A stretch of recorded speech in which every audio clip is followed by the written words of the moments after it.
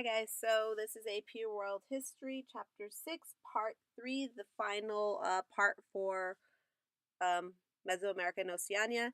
Today we're going to look at early societies of Oceania. So let's go ahead and get started. So Oceania, it's probably a new term for you. It's actually quite new to world history, but it's pretty much talking about Australia and those surrounding islands. Okay, so I just wanted to show you a map. Australia, the Polynesian Islands, Hawaii, Micronesia, all this area would be considered Oceania. So, important to note when we're looking at Australia and New Guinea is that in the beginning, these were hunting and gathering societies. And they lived pretty much obviously in small mobile communities because they were hunter-gatherers, and when they had to, they would take seasonal migrations from one island to another or wherever they needed to go.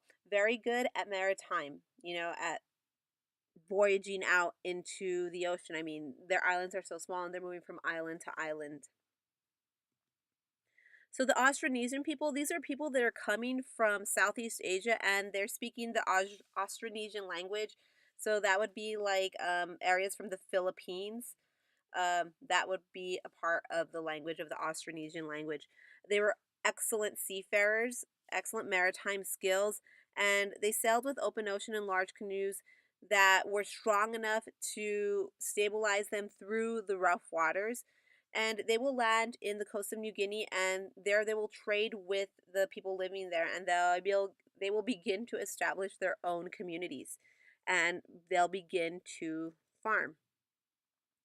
So, like I said, the Austronesian people, when they come here, they'll settle down, they'll start their communities, they'll begin to farm.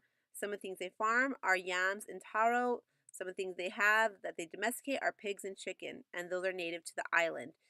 So, in the beginning, they didn't know how to harvest and domesticate animals very well. So, it was difficult. The domestication was difficult for them. So, they would try very hard at times to do it, but more often than not, yeah, they were not successful. When they began to change to agriculture, obviously the seafaring wasn't so major of a something that led them to happen all the time, and instead they kind of obviously just focused on farming. And since we know that not everybody has to farm, it's going to lead to specialization of labor, and you have artisans who are going to make pottery and other people who will make tools and weapons. And this will appear throughout the land. So questions 8 and 9. How did seafaring lead to the establishment of agriculture in New Guinea? And why do you think Austronesian people did not simply stick to seafaring?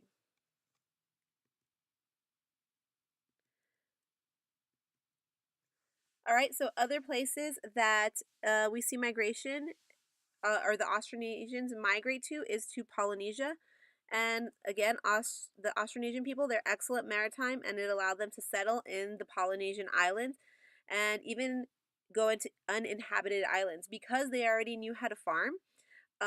They were able to go into these islands, and reasons for them to go into the islands is because one, they kind of wanted to start new, or two, they did not agree with how things were being governed where they currently were, and so since they knew that there were many islands out there, they felt that they were strong enough and able enough in their seafaring skills to successfully find another island to inhabit, and because they already knew how to farm, they weren't really worried about survival. So it mentions this voyage of Rue, which was a story about the migration from Hawaii to these uninhabited islands.